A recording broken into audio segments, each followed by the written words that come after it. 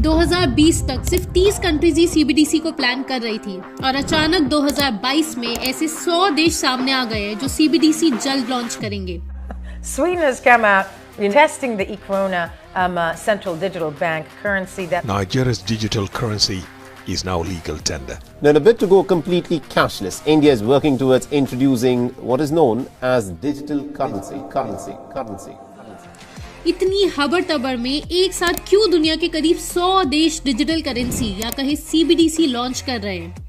इसके पीछे एक बहुत ही बड़ी मिस्ट्री छुपी है जिसने सारे देशों की सरकारों को मजबूर कर दिया है बैंक ऑफ इंटरनेशनल सेटलमेंट या कहे BIS की बनाई हुई गाइडलाइंस को बिना सोचे समझे अपने देशों पर थोपने पर, जिस वजह से दुनिया के सभी एक्सपर्ट्स, पार्लियामेंटेरियंस एक्सट्रीमली कंसर्न्ड हो चुके हैं।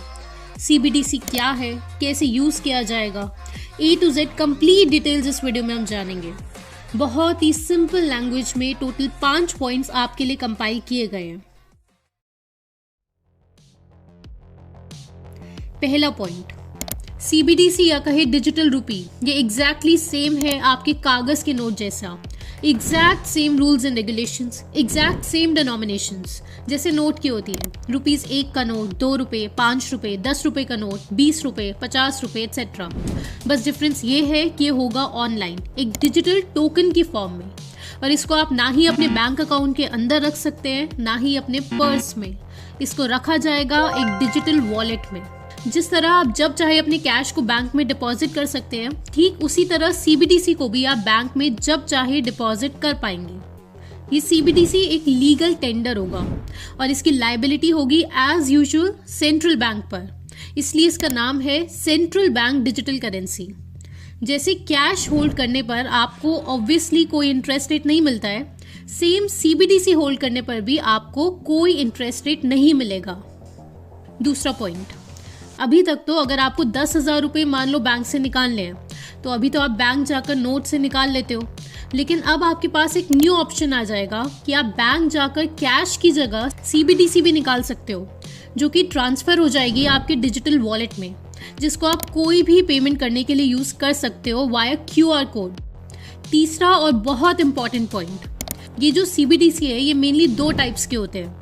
एक है ई-रूपी होलसेल और दूसरा है ई-रूपी रिटेल। ई-रूपी होलसेल जो है वो मेनली इंटरबैंक पेमेंट्स के लिए और क्रॉस बॉर्डर पेमेंट्स के लिए सेकेंडरी मार्केट में गवर्नमेंट बॉन्ड्स की ट्रेडिंग के लिए लॉन्च हुआ है, और ई-रूपी रिटेल रिटेलर्स और आम जनता के लिए लॉन्च हुआ है। सीबीडीसी होलसेल के केस में आपका जो डिजिटल वॉलेट है वो कमर्शियल बैंक से कनेक्टेड होता है, और दूसरी तरफ सीबीडीसी रिटेल में आपका वॉलेट डायरेक्टली सेंट्रल बैंक के अंडर होता है, जैसे कैश के साथ आप डायरेक्टली RBI से कनेक्टेड होते हो। अब इंडिया में जो सीबीडीसी रिटेल आ रही है वो होगी टोकन बेस्ड, ना कि अकाउंट बेस्ड, यानी कि जिसके पास भी सीबीडीसी होगी वो ही उसका ओनर माना जाएगा, जैसे सेम कागज के नोट के साथ है। सीबीडीसी होलसेल जो होगी वो होगी अकाउंट बेस्ड, यानी कि बैंक आपकी बैलेंस शीट मेंटेन करेगा और आपकी आइडेंटिटी को वेरीफाई करेगा। तो फाइनली आप समझ गए कि कंज्यूमर्स यानी आप यूज करोगे token based retail version of CBDC. दोनों टाइप्स होलसेल और रिटेल वर्जन सिर्फ तभी यूज किए जा सकेंगे जब आपकी डिजिटल आईडी यानी आधार कार्ड कनेक्टेड होगा सीबीडीसी वॉलेट से। इस कनेक्शन के बिना सीबीडीसी यूज नहीं की जा सकती है ऑब्वियसली। अब इस डिजिटल आईडी को वॉलेट से कनेक्ट करने की जिम्मेदारी है सेंट्रल बैंक की। अब वो चाहे ये काम डेलीगेट कर सकता है कमर्शियल बैंक्स को, जिसे कहा जाता है 2 tier सिस्टम ऑफ सीबीडीसी, अगर बैंक एज इंटरमीडिएरीज काम करें। अब यहाँ पर डिजिटल आईडी, सर्विलेंस स्टेट और सीबीडीसी का छुपा हुआ खेल दिखने लग गया होगा। चौथा पॉइंट, अब आप सीबीडीसी के लाने में 100 देशों की जो हड़बड़ाहट है ना, उसका मिस्टीरियस रीजन समझे और एकदम ध्यान से सुनो। मनी जो होता है वो मेनली 4 टाइप्स के होते हैं, M0, M1, M2 और M3। M0 यानी बेस मनी यानी करेंसी इन सर्कुलेशन, जिसे आप कैश कहते हो, प्लस में जो रिजर्व्स होते हैं RBI के साथ, यानी वो रिजर्व्स जो बैंक्स RBI में रखते हैं, ये हुआ M0। तो जो सीबीडीसी है वो भी M0 ही है, यानी कि ये ऑल्टरनेट या सप्लीमेंट है करेंसी इन सर्कुलेशन का, यानी कि कैश का। यहाँ से आप क्लियरली समझ सकते हैं कि CBDC क्यों लाई जा रही है, क्योंकि कैश पर सरकार की तरफ से निगरानी रखना ऑलमोस्ट इम्पॉसिबल है, क्योंकि कैश तो आप कभी भी कंप्लीटली एनोनिमिटी के साथ खर्च कर सकते हो, लेकिन CBDC के एक एक ट्रांजैक्शन आपके लिए तो सेम टू सेम कैश जैसी ही फील होगी, लेकिन आपका हर एक ट्रांजैक्शन लेजर में अपडेट होगा, जिस पर बहुत इजीली नज़र रखी जा सकेगी। और यही सबसे डेंजरस मैटर है जिसने हर एक्सपर्ट को परेशान कर दिया है, issue of anonymity, secrecy and privacy. अब नेक्स्ट आप खुद RBI का जो डॉक्यूमेंट है इसका सेक्शन 4.3.5 देखोगे तो वो खुद कहते हैं कि here is a direct trade off between anonymity versus AML CFT compliance. यानी कि अगर मनी लॉन्ड्रिंग, इलिसिट ट्रेडिंग, ये सब जो इश्यूज होते हैं इनको काउंटर करना है तो RBI का कहना है कि एनोनिमस ट्रांजैक्शंस नहीं की जा सकती। दोनों एक्ट्स के बीच में ट्रेड ऑफ है। तो इसी रीजन को एज अ जस्टिफिकेशन बनाकर कि बुरे लोगों को पकड़ना है, CBDC का लैक ऑफ प्राइवेसी का इशू कंप्लीटली इग्नोर किया जाएगा, क्योंकि अगर वाया CBDC ट्रांजैक्शन हुई है तो भैया लेजर में तो दर्ज होनी है। ये RBI खुद स्पष्ट कह चुका है और एज अ रिजल्ट प्राइवेसी सिर्फ नाम की ही रहेगी। तो अब आप A to Z सब कुछ प्रैक्टिकली समझ गए हो जो RBI ने अपने इन 4 प्रेस रिलीज में समझाया था। एक लाइन में कंक्लूड करें तो CBDC बिना नेशनल डिजिटल ID के नहीं इस्तेमाल की जा सकती। तो कहीं ऐसा तो नहीं है कि ये लोग सर्वेलेंस स्टेट बनाने के लिए same China model, social credit, carbon footprint model apply करने के लिए डिजिटल ID लाई जा रही है, क्योंकि वर्ल्ड इकोनॉमिक फोरम के एडवाइजर क्लॉस श्वाब तो स्पष्ट कर ही चुके हैं कि चाइना मॉडल वर्ल्ड का बेस्ट मॉडल है, यानी कि surveillance state using digital ID। It's a systemic transformation of the world.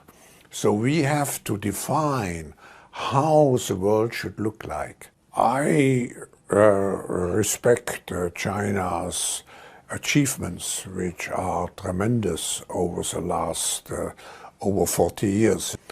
I think it's a role model for many countries, but the Chinese model is certainly a very attractive model for quite a number of countries. और India के former prime minister Manmohan Singh ने अपनी इस report digital money and central banks balance sheet जो IMF के लिए prepare की गई थी, इसमें उन्होंने स्मार्ट CBDC का भी जिक्र ऑलरेडी किया हुआ है। तो सोशल क्रेडिट या फिर CBDC वाउचर्स कोई दूर की बात नहीं है, ये आपको समझना है। टर्की ऑलरेडी CBDC को डिजिटल ID से लिंक कर चुका है। अब देखते हैं कि ये जो इंटरनेशनल ऑर्गेनाइजेशंस है, BIS, world bank, IMF, world economic forum, ये किस तर्क का इस्तेमाल करके ये CBDC लाना चाहते हैं। तो हमारी टीम ने ये सारे डॉक्यूमेंट्स वर्ड बाय वर्ड पढ़े, तो टोटल मिला के 6 पॉइंट्स आपके लिए कंपाइल किए गए हैं। पहला जो तर्क वो देते हैं वो है reduction in operational cost involved in physical cash management.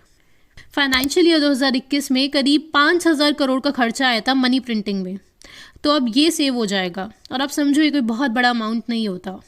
दूसरा बेनिफिट जो वो बताते हैं वो है फाइनेंशियल इंक्लूजन। तीसरा है फास्टर क्रॉस बॉर्डर पेमेंट्स और चौथा वर्ड दिया जाता है रेजिलियंस। पांचवा रीजन जो वो बोलते हैं कि लोग अपना मनी बैंक से निकालकर स्टेबल कॉइन्स और क्रिप्टो करेंसीज में लगा रहे हैं जिस पर सेंट्रल बैंक का कोई कंट्रोल नहीं है। और छठा जो रीजन वो देते हैं वो है एफिशिएंसी। और ये सारे डॉक्यूमेंट्स पढ़ने की जरूरत भी नहीं है आपको, यही सेम कॉपी पेस्टेड रीजंस तो दुनिया के हर डिसीजन के पीछे होते हैं जो world economic forum, world bank थोपते हैं, और यही IAS और नेताओं और पब्लिक के दिमाग में भरने की कोशिश की जाती है वाया न्यूज चैनल्स। और अब आता है पिछले 100 सालों का सबसे इम्पॉर्टेंट पार्ट, जब से बैंकिंग सिस्टम बना है, हाउस ऑफ लॉर्ड्स यानी UK पार्लियामेंट का अपर हाउस, जिसे इंडिया का राज्यसभा होता है। इसकी शॉकिंग रिपोर्ट देखो जो 13 जनवरी 2022 को पब्लिश हुई है, जिसने पूरी दुनिया भर में CBDC की पोल खोल कर रख दी है। ये डॉक्यूमेंट हंगामा मचा चुका एक्सपर्ट्स के बीच, क्योंकि ये सीधा UK के अपर हाउस से आया है। इसमें सवाल पूछे गए हैं कि CBDC कौन सा इशू सॉल्व कर रहा है भाई, क्योंकि ऑलरेडी UPI है और इशू तो गवर्नेंस और रेगुलेशन का है, CBDC बीच में कहाँ से आ गया। क्योंकि जो जवाब world bank, BIS, world economic forum या आपकी सरकार ने दिए थे कि financial inclusion, controlling stable coins and virtual currencies, ये इश्यूज तो CBDC से सॉल्व नहीं होते, ये तो रेगुलेशन से सॉल्व होते हैं। दूसरा प्रश्न ये है कि CBDC लाने से अपने आप तो लोगों के बैंक अकाउंट्स नहीं खुल जाएंगे, तो फाइनेंशियल इंक्लूजन कैसे हो जाएगा? फाइनेंशियल इंक्लूजन तो गवर्नेंस का इश्यू है। इनफैक्ट सीबीडीसी से तो उल्टा फाइनेंशियल एक्सक्लूजन का पोटेंशियल है, क्योंकि नो डिजिटल आईडी या मोबाइल फोन मतलब नो मनी। तीसरा प्रश्न, सीबीडीसी लाने से अगर गलती से लोगों ने अपना 20% मनी सेविंग बैंक अकाउंट से निकाल लिया और उसको कन्वर्ट कर दिया डिजिटल कैश यानी सीबीडीसी में, तो डायरेक्ट चांसेस बन जाएंगे बैंक रन के, क्योंकि बैंक्स एक टाइम पर अपने 20 से 25% से ज़्यादा रिजर्व्स होल्ड नहीं करते हैं। और मान लो कैप लगा दी सीबीडीसी कन्वर्जन पर, जैसे बहामास ने लिमिट लगा रखी है, तो सीबीडीसी कम्पीट ही नहीं कर पाएगी यूपीआई से। और मान लो फिर भी लोगों ने बस 5 या 10% मनी ही कन्वर्ट कर दिया सीबीडीसी में, तो बैंक डिसइंटरमीडिएशन होने की वजह से बैंक के पास लिक्विडिटी क्रंच होने लगेगा, जिससे ऑब्वियसली बैंक क्रेडिट एक्सट्रीमली महंगा होने लगेगा, यानी लोन महंगा होने लगेगा। तो यहाँ से फाइनेंशियल इंक्लूजन की नैया तो डूबती हुई दिखाई दे रही है। चौथा प्रश्न कि सीबीडीसी अगर सेंट्रलाइज्ड हुआ तो सेंटर पॉइंट बन जाएगा हैकर्स के टारगेट का, जो कि हद से ज़्यादा बड़ा खतरा होगा नेशनल सिक्योरिटी के लिए, क्योंकि ये तो एक वेल एक्सेप्टेड फैक्ट है कि दुनिया की कोई भी चीज़ अनहैकेबल नहीं है। ऐसे कुछ और भी सवाल है जिनका आंसर मौजूद ही नहीं है। सीबीडीसी होल्ड करने पर ना इंटरेस्ट मिलेगा आपको, जो कि कार्ड्स यूज़ करने के दौरान सेविंग बैंक अकाउंट से मिलता है। फिलहाल सरकार ये क्लियर कर चुकी है, और इंटरेस्ट मिलने लगा तो वो डिजिटल कैश माना ही नहीं जा सकेगा। सीबीडीसी में नो प्राइवेसी, सिर्फ बुद्धू बनाया जाएगा आपके प्राइवेसी के नाम पर। और तीसरा, नो डिजिटल आईडी, यानी आधार कार्ड से अटैच मोबाइल नंबर नहीं हुआ तो मतलब नो मनी। और ये सारी बातें आप डिटेल्स में हमारी इन वीडियोस में देख सकते हैं, जो करीब 2 साल से हम यूट्यूब पर अपलोड करते आ रहे हैं। तो जो सवाल सबको हैरान कर रहा है वो है ही ये कि क्या सीबीडीसी ठीक चाइना के मॉडल की तरह एक सर्विलेंस स्टेट का पहला कदम तो नहीं है? सीबीडीसी एक प्रोग्रामेबल करेंसी है जिसको आपके सोशल क्रेडिट स्कोर और कार्बन फुटप्रिंट से जोड़ा जा सकता है। सीबीडीसी यानी डिजिटल आईडी, ये सेंटेंस आप रट लीजिए, और इसके रिजल्ट्स एक्सट्रीमली डेंजरस हो सकते हैं। जैसे कनाडा के ट्रकर प्रोटेस्ट में अधिकतर प्रोटेस्टर्स के बैंक अकाउंट सीज कर लिए गए थे, लेकिन इंडिया की जो फार्मर प्रोटेस्ट हुई थी, जो 378 डेज लंबी चली थी, वहाँ कुछ नहीं किया गया था ऐसा। लेकिन सीबीडीसी लाने के बाद बहुत ही ईजिली आपका सोशल क्रेडिट, जो कि किसी भी प्रोटेस्ट में पार्ट लेने की वजह से ऑब्वियसली रिड्यूस कर दिया जाएगा, उससे सीबीडीसी को लिंक किया जा सकेगा। लास्ट टाइम जैसे वैक्सीन्स ना लेने पर दुनिया भर में एक्सट्रीम डिस्क्रिमिनेशन की गई थी, नो वैक्सीन नो रेशन, तो सेम फ्यूचर में किसी भी चीज़ को फोर्सफुली थोपना बहुत ही ईजी हो जाएगा। सीबीडीसी आते ही ये पावर्स गवर्नमेंट के पास आ जाएंगी। और अब आप मेरे नेक्स्ट 2 वाक्य ध्यान से सुनिए। पहली चीज़, अगर आप इंटरनेशनल प्लान्स और ग्रेट रीसेट समझते हैं और वर्ल्ड इकोनॉमिक फोरम क्या कर रहा है वो आपको समझ आने लगा है और उसकी थोड़ी भी जानकारी रखते हैं, तो आपको बस स्क्रीन लिखकर KREEN ये लिखकर इस नंबर पर व्हाट्सएप करना है, जिसके बाद आप शॉर्टलिस्ट हो जाते हो और आपको टीम लाइफस्टाइल की लाइव ट्रेनिंग अटेंड करने के लिए फॉर्म दिया जाता है, जिसमें आपको बेहद ज़रूरी रिसर्च समझाई जाती है, और जो इसका सोल्यूशन है IMPH, उसका पार्ट 1 आपको समझाया जाता है। दूसरी ज़रूरी बात, बहुत सारे लोग पिछले 1.5 साल से हर महीने रेगुलर वेबिनार्स अटेंड कर रहे हैं, जिससे एक बड़ा ग्रुप बन चुका है आज, जिनके बहुत स्ट्रॉन्ग बेसिक्स हो चुके हैं और बहुत डीप नॉलेज हो चुकी है इन सारे एजेंडास की कि वर्ल्ड एलीट्स ह्यूमन सिविलाइजेशन को किस दिशा में ले जा रहे हैं। वर्ल्ड इकोनॉमिक फोरम जिस स्पीड से फैल रहा है, हमें भी उतनी ही स्पीड से IMPH सोल्यूशन की तरफ बढ़ना है। आप जल्द ही ट्रेनिंग अटेंड करें और सोल्यूशन का हिस्सा बने, और आप लॉन्ग टर्म ट्रेनिंग अटेंड करें, क्योंकि तभी वो सोल्यूशन प्रैक्टिकल है। तो नेक्स्ट वीडियो में जल्द मिलते हैं, और तब तक आप ये वीडियो ज़रूर देखें ताकि आप और गहराई से सारा गेम प्लान समझ सकें।